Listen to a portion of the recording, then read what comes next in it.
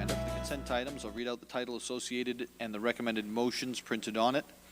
Members of General Committee may ask that an item be held to discuss it further. If an item is not held, the motion's deemed approved on consent. No further discussion of the item will take place at committee, and the recommended motions will go forward to the City Council meeting, the next City Council meeting, for consideration, which would be next week. We're going to have, after we go through the consent agenda, there will be some presentations. We're going to start with the reports of reference and advisory special committees. The first one is the Affordability Committee from the 29th of May 2024. Councillor Nixon, could you please provide the update for us? I can. Thank you, Mayor Nuttall. The Affordability Committee was held May 29th. It started at 6 p.m. In present, we had the Affordability Committee minus Councillor Harris, who was out of the country at the time. Also present, we had 7 members of council. And also about 15 staff members were present. The Affordability Committee met for the purpose of a public meeting. At 7:15 it started. First was Section A, which was the city-initiated amendments to the official plan and comprehensive zoning bylaw 2009-141 regarding 29 and 35 Sperling Drive. Michelle Banfield, Executive Director of Development Services, advised the purpose of the public meeting to review the city-initiated amendments to the official plan and comprehensive zoning bylaw in relation to the lands just mentioned. We had one person register to give verbal comments, but unfortunately they did not. They were not present. We also received the report of the Heritage Barrie Committee dated April 30th, 2024, and we had one recommendation, which was regarding the Barrie-initiated correspondence regarding a request to the province to extend the removal date of listed non-designated properties from the Municipal Heritage Register.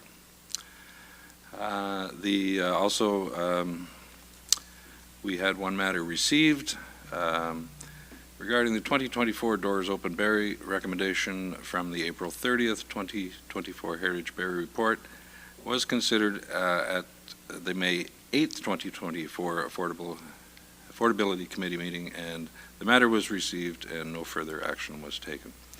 The meeting adjourned at 6:32 p.m. Thank you, Councillor Nixon. Councillor Kungle, the report for the Finance and Responsible Governance Committee, also dated May the 29th, 2024. Could you please provide an update for us? Thank you, Mayor Nuttall. On the agenda, we had several items that I'll highlight quickly, as most of them have been referred to and are reflected in the agenda for this evening's General Committee meeting.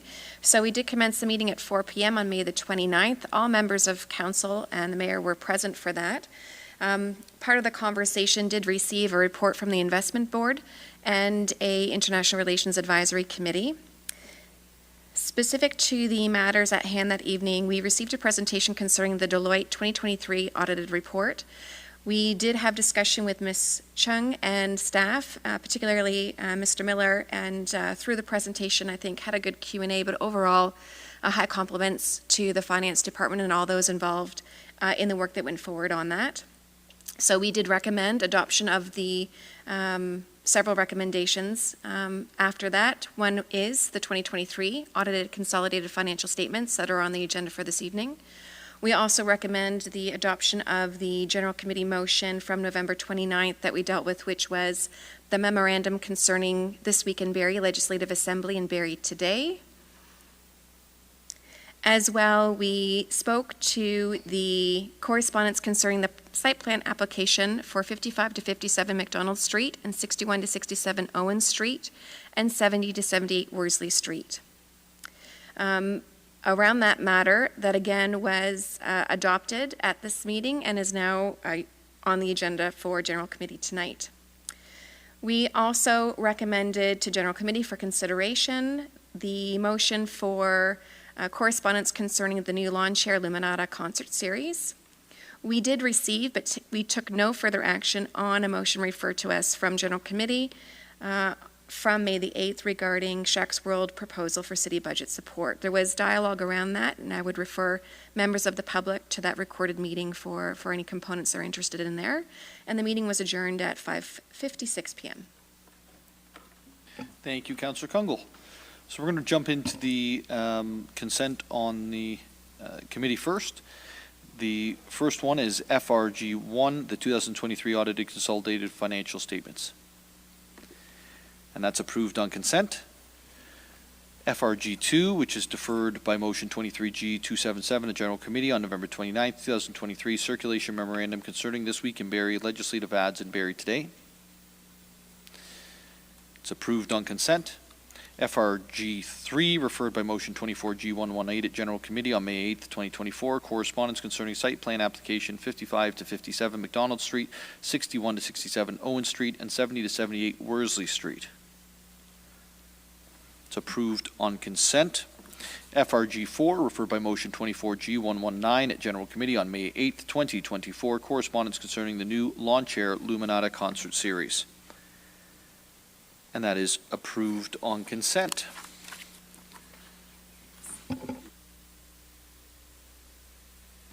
Prior to moving on to staff reports, I failed to receive the two reference committee reports, being the Affordability Committee and the Finance and Responsible Governance Committees. If there's no comments, then they are received, and we will move on to the staff reports. CAM 003-24, the approval of Fleet Asset Management Plan. That's approved on consent.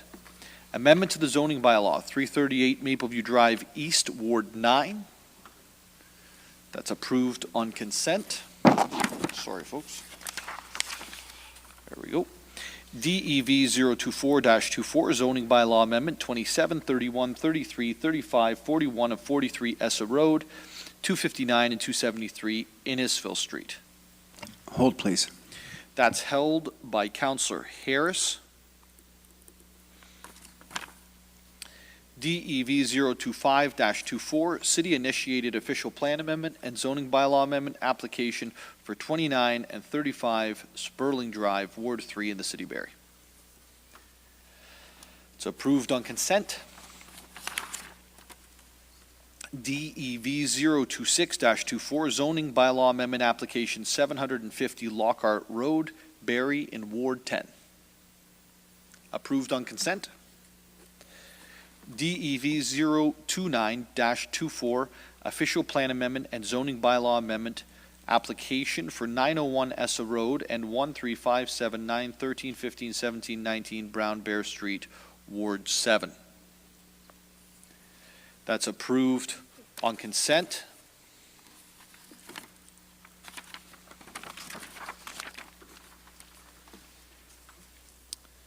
ECD 005-24, Barrie Allendale Transit Terminal Public Art Commission funding source. That's approved on consent. IGM 001-24, confidential disposition of land matter, Sergeant Drive. That's approved on consent. Madam Clerk, is there anything we have to read out in public on that one at this point?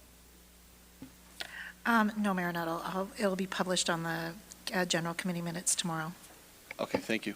So for members of the media, you'll see that tomorrow on the minutes. INF 004-24, property acquisition, Hotchkiss Creek, storm ponds improvements, and Diamonds Creek pond improvements. It's approved on consent.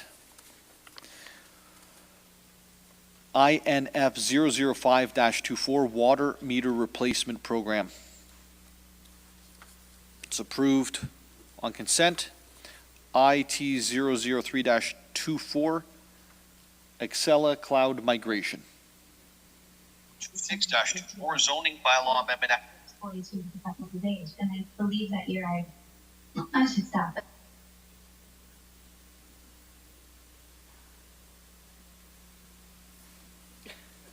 The answer is no.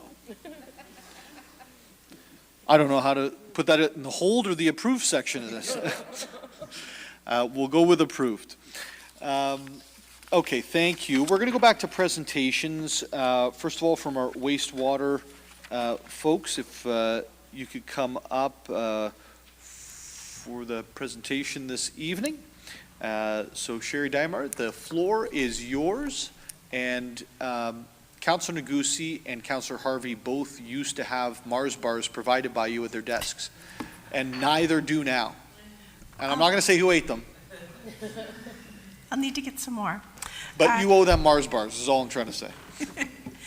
Good evening, Mayor Nuttall and members of council. In your circulation package tonight, you have a memo on the annual wastewater reports. I wanted to take a few moments to acknowledge the work of our wastewater operations team, to thank them for their exceptional dedication and hard work in maintaining our wastewater system. The expertise and commitment to ensuring clean and safe water in Kempenfelt Bay are invaluable to our community. The team's efforts often go unnoticed, but they are crucial to our health and the environment. I deeply appreciate everything they do. And thanks to Marketing and Communications for their help, I'd love to share our recently completed short video on the wastewater treatment process. Thank you.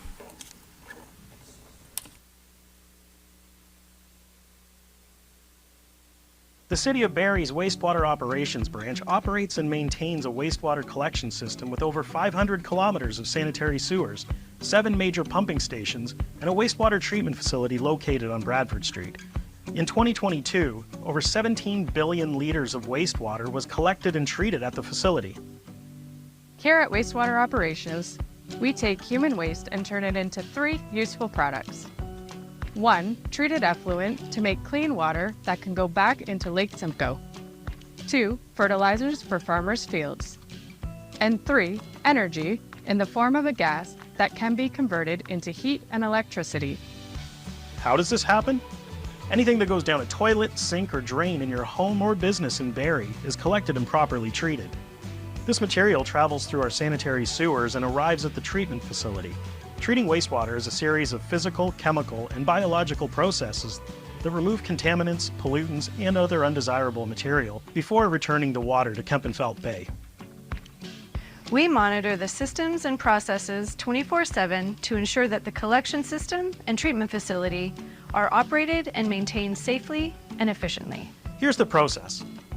Once the wastewater arrives at the treatment facility, it goes through a series of screens and grit tanks where undesirable materials such as garbage and gravel are removed and sent to landfill. This is often where we have issues with things that should not go down a toilet or sink, such as baby wipes, dental floss, or diapers. Next, the wastewater goes through large tanks called primary clarifiers, which slows down the water and allows the heavy solids to settle out and be removed. Now, our bugs get to work in the aeration tanks. The bugs are actually microscopic organisms and bacteria that use biological processes to break down the wastewater and remove nutrients like nitrogen and phosphorus that can be harmful to Lake Simcoe but can be reused as fertilizer. Oxygen is added to keep the bugs happy and help stabilize the wastewater. The bugs then settle out in another set of tanks called secondary clarifiers, and most of them are sent back to the start of the aeration tanks to treat more wastewater. The wastewater is then pumped to the rotating biological contactors.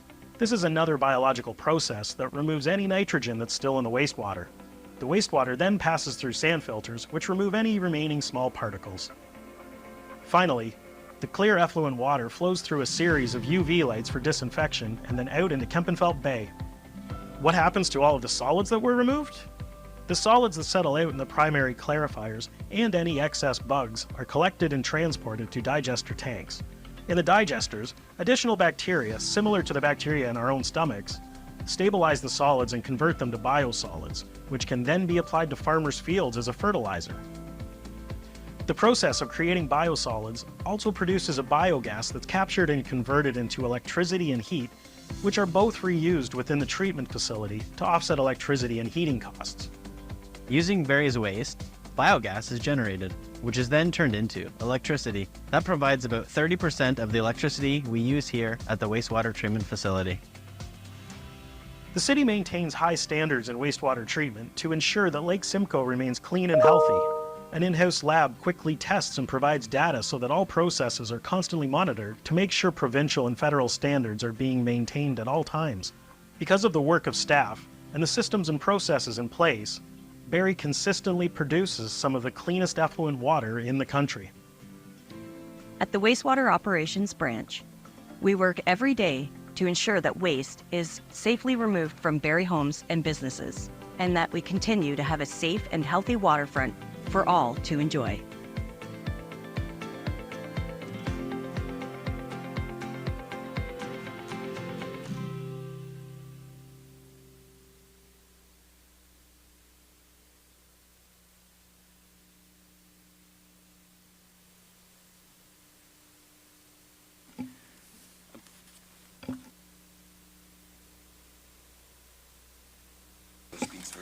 The video speaks for itself. I just wanted to make sure. Sherry, thank you so much on behalf of council, and I know our executive management team as well. The work that's done over at the facility there is just obviously, I mean, the last line of the video said it all, right? Like, protects the waterfront that we all enjoy. It provides for great drinking water. It means that there's less phosphates going in the lake today than there was a decade ago. And it's actually a very, very big success story for the City of Barrie, and more importantly for Lake Simcoe. So thank you, and thank you to your team, and especially on the different ways that they are using the effluent to create power or different products. It's pretty awesome to see. So thank you. We're now going to go to Councillor Harris on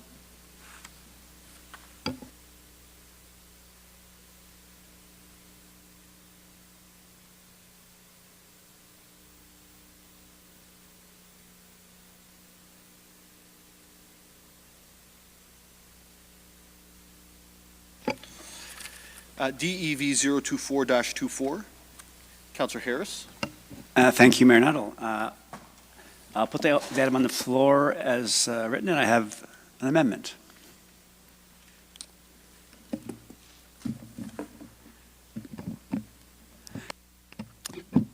So first off, I'd like to thank staff for all the work that went into this application. It is a sizable application, and certainly a very important application for Allendale, and so I want to recognize all the work that went into this. It is significant, so thank you.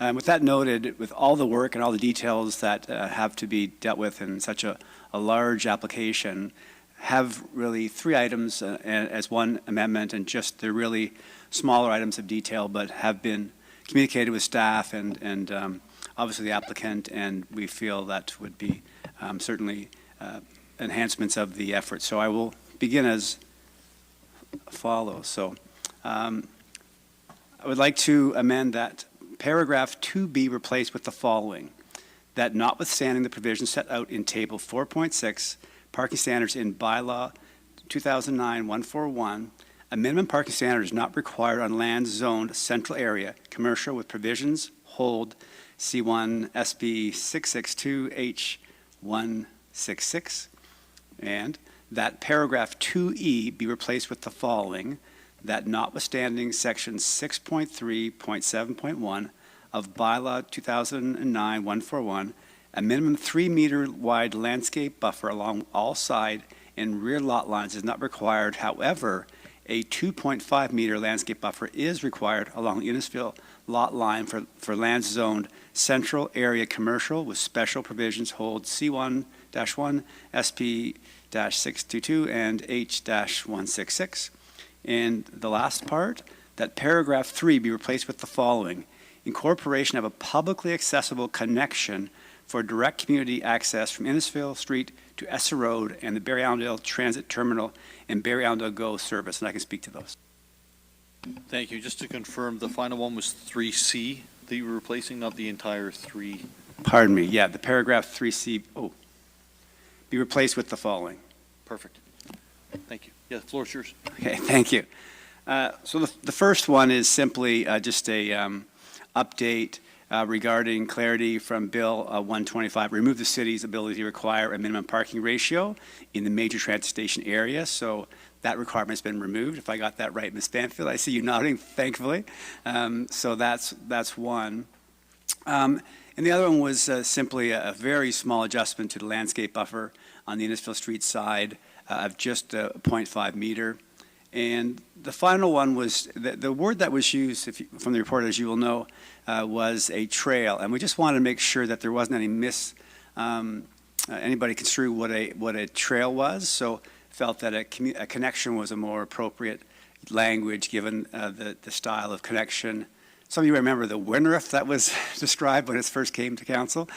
So this will provide a connection through from ESSA to Innisfil, and it won't be what you would say a trail, which might be misconstrued. So those are really the three. I'm happy to answer any questions. Thank you, Councillor. Any questions or comments with regards to the three amendments by Councillor Harris? I'm seeing none, so we'll call the vote on the amendment. All those in favor? It carries. With regards to the main motion as amended, are there any questions or comments from members of committee? Seeing none, all those in favor? And it carries. So we're now through our general committee agenda for this evening. We're going to move right into inquiries. I believe, Councillor Courser, you had an inquiry for Sherry, so I had missed it at the end of your presentation. So over to you. Well, thank you, through you, Mayor Nuttall, to Ms. Demard. I love the video, and I came up, and I get all excited when City of Barrie has new videos out, and my son was very upset with me and reminding me that I still haven't taken him for a tour of the poop plant, if I can say that. Yep. He's 9. And one question I did have to ask is, in regards to, and this could be throwing it at you, I'm not sure, in regards to the wastewater testing that is being transferred from the provincial government to the federal government, I believe, is there any for wastewater COVID testing? I might want to take this offline if you don't. I'm just wondering if it impacts your staff at all.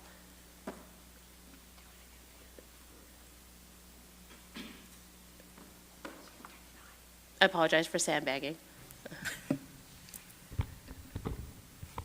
I'm on here, right? Yeah, good evening. Through your Mayor Nuttall to Councillor Courser. I'm Greg Jordan. I'm the manager of wastewater operations and video narrator, sadly. So I'll be honest with you here. I'm not 100% sure what that is. So I'm happy to take it offline as well, like you said. But we are still, I can let everybody in attendance know that we are still continuing to provide samples to the COVID monitoring program. The last kind of update I got on it was that they've scaled it back a little bit and dropped out some plants here and there. We still provide. So we're still a part of it. They've actually expanded it to look for things like influenza and other things you can find in wastewater that represent the community. So we're still doing it, but I'm intrigued. You might know something that I don't. So. It's just something that I saw in the news, and I apologize. I should have followed up beforehand, before the meeting, when I saw this coming up, and I definitely will afterwards. And it is an important program. I agree. So yeah, I'll follow up afterwards. And it was just a point of interest, Absolutely. if anything. Okay, thank you. And tours are always available. Absolutely. Thank you so much, and thank you, Councillor Courser. Councillor Kungle. Thank you, Mary Nuttall. And I'm not sure if you want me to redirect these to Mr. Jordan or Ms. Dimart. Thank you for the presentation. I did have a couple of questions, if I may, if I'm not breaching protocol, because you made reference to the circulation list tied to it. The study that you did with University of Guelph, I was keen to hear a bit about if that's concluded and if there will be any outcomes of that study that are being shared forward or publicly accessible, but one, congratulations on securing a provincial grant. I believe it was for $100,000 or more, and moving into that academic partnership. So very keen to not get into the weeds of it, but would love to know if that's something that's being published or reported back, or leaning into anything that's a change of practice, knowing that you have some pretty high quality standards that you follow, and I compliment you on that. So love to know if that's changing anything within what you're looking at around how you're using waste or byproducts of waste after it's processed, or if that's coming into any kind of change in your own internal practices. Yeah, through you, Mayor Nuttall, to Councillor Kungle. Yeah, it's really cool, quite frankly, what we've started there. Everything is just underway right now. So we did secure a grant from the province, from the MECP, to perform some essentially full-scale testing it's a dewatering pilot what we're trying to figure out is if we can capture more phosphorus, and not only do that, but perhaps like recover the resource in a way that's more reusable than we're currently doing it. So part of it is the dewatering project itself. The other part is what you mentioned there, working with the University of Guelph, and I absolutely do not fully understand the intricacies of the chemistry and biology on that one yet, but essentially it's looking at one of the the reject water from the pilot. Can you capture more resource out of that and even turn it into a source of revenue, perhaps? It's a material called struvite, which the University of Guelph has done a whole bunch of research for. So that portion of the pilot hasn't started at all. We're just getting data right now. Actually, the centrifuge that we're using for the pilot it's happening right now. If anybody wants to swing by and take a look, you're welcome to. Just let me know. I fully intend to share the results of this pilot, of whatever comes out of the study with the University of Guelph. And additionally, I can't say where it will lead, but I truly hope that it gives us some new avenues and some new things that we haven't even thought of for resource recovery, for potential sources of revenue, and quite frankly, just making really clean effluent. Thank you for that. And so I'll say when you're ready, I would invite you to proactively engage the Active Transportation Sustainability Committee to share anything as you know it that might be of interest to that group. You've got some pretty engaged residents and working groups. My other question might get redirected to communications. 'Tis a season for kind of filling pools and washing cars and laneways, and I believe we've been trying to do some public communication about the benefit, why we don't really want to be seeing residents using different types of soaps in their laneways and actually going to car washes, because I believe they can more appropriately manage the chemicals based on their drainage system. So wanted to open the door to talk a bit about why that's important, and/or are we seeing that there's an issue around chemicals being used on private residences, and do we need to be getting the word out around the impact that has on our water quality or processing, or are we able to manage that well?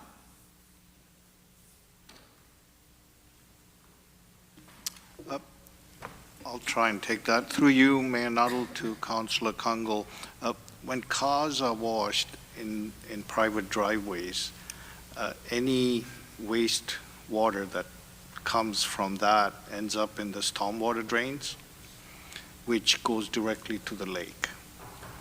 So that's the issue with that. Whereas if you go to a car wash, I believe the drains have to drain to the sanitary sewer, which will end up at the treatment plant, and it gets treated appropriately before it ends up in the lake. So that's why we would discourage people to not wash their vehicles in their driveways.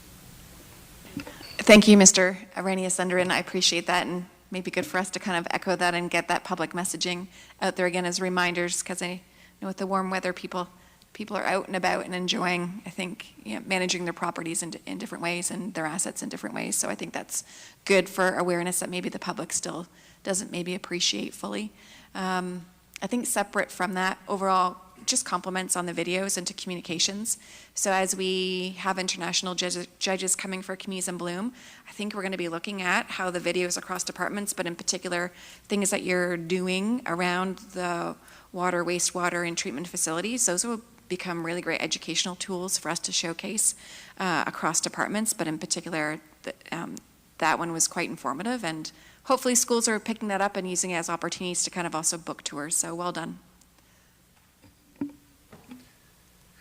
Thank you, Councillor. Are there any other inquiries this evening? I'm seeing none. We're on to announcements. None from Deputy Mayor. Councillor Corser, I see your hand. Okay, Councillor Kungle. Maybe just a quick one.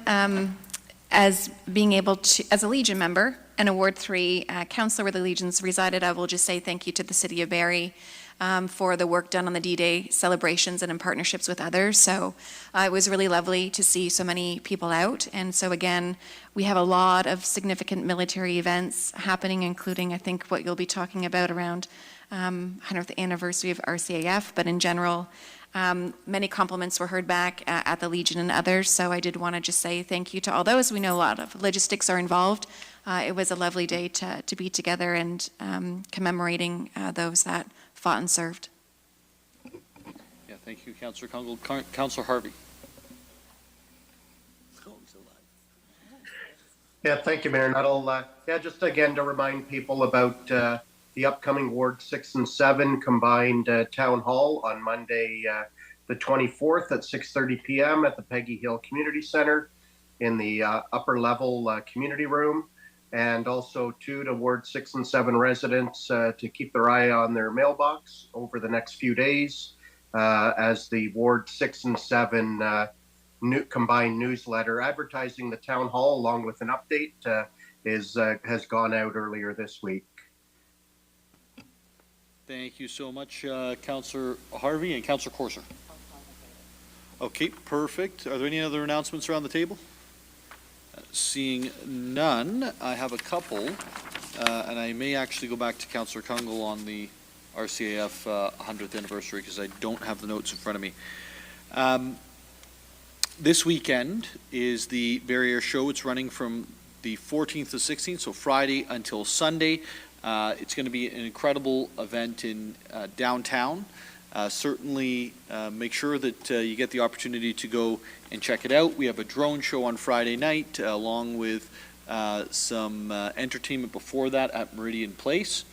On the Saturday, there's going to be lots in terms of interaction with the Canadian Armed Forces, followed by the actual air show starting, I think, around 12:30 or 1 p.m. And the same is said of Sunday, so there's multiple opportunities. If it sounds like there's a warplane flying by your house, it's probably because there is a warplane flying by your house. The registration for the Barrie Fire and Emergency Services Camp Molly Barrie opens today, and it runs to the 26th of June. The camp runs between September 26th to September 29th, 2024, and it's to show young females, those who identify as female or non-binary youth between 15 and 18, that a career in the fire service is a viable opportunity. I'm going to move to the circulation list. There's two of them. There's the June 4th, 2024. Are there any items on the June 4th circulation list for members of committee? I'm seeing none, so we're going to jump into the 12th of June, 2024. Are there any items on the circulation list from the 12th of June? I'm seeing none. And so I'm going to declare it adjourned at 7:56 p.m.